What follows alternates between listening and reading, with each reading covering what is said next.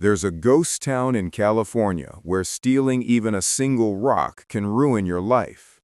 Park rangers receive packages weekly, stolen items mailed back with desperate apology letters. Please take this back. Since I took it, I lost my job, my wife left me, my car broke down. Letter after letter, curse after curse. This is Bodie, California, once the most violent town in the West, now a place where 10,000 souls lived, and where their ghosts supposedly still punish the greedy. 1859, a prospector named William Bodie was exploring the eastern Sierra Nevada when he found gold in a remote, windswept valley at 8,000 feet elevation. He'd barely staked his claim when winter came early. Bodie died in a blizzard, never seeing what his discovery would become.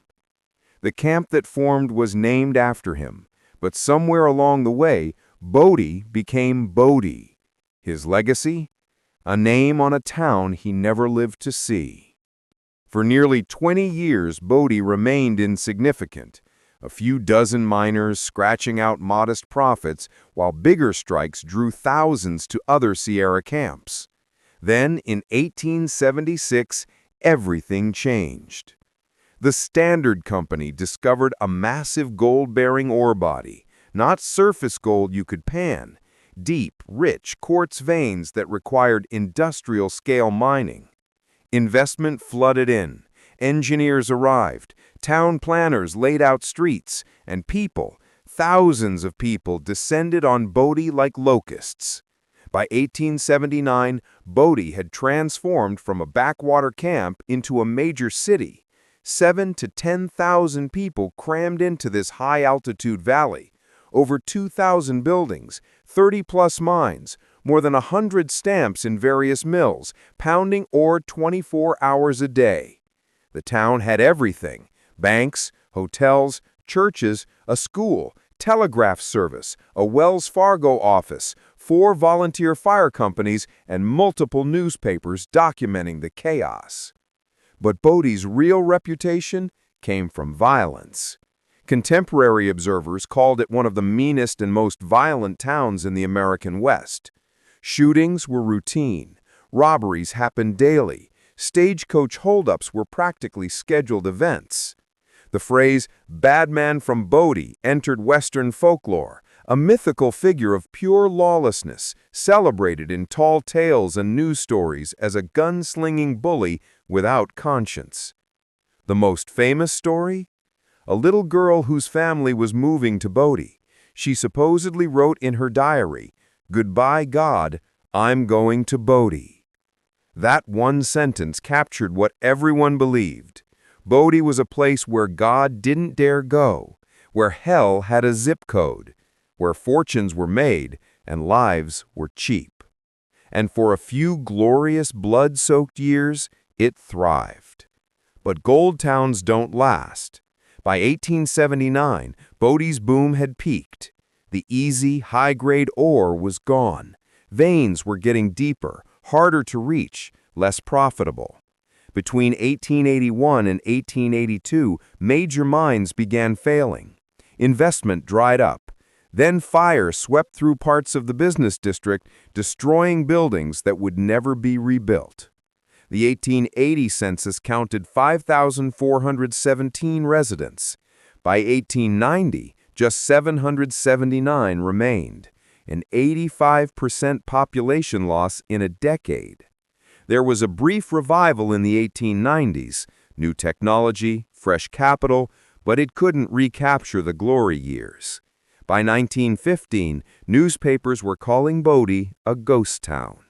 By 1920, only about 120 people remained.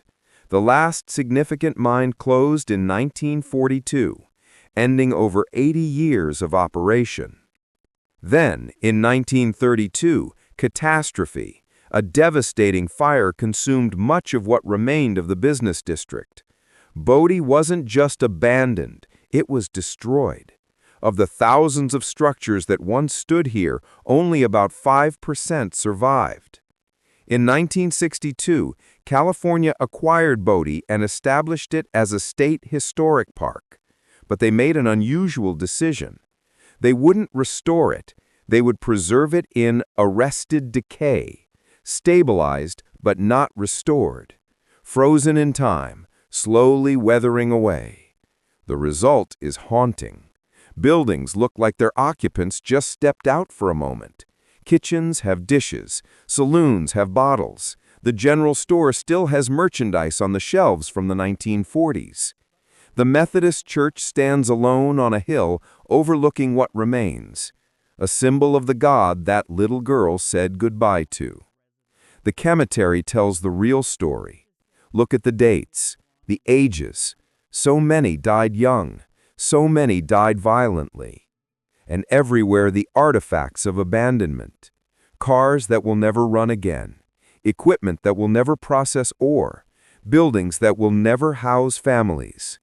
The wind never stops in Bodie. It howls through empty buildings like the town itself is crying.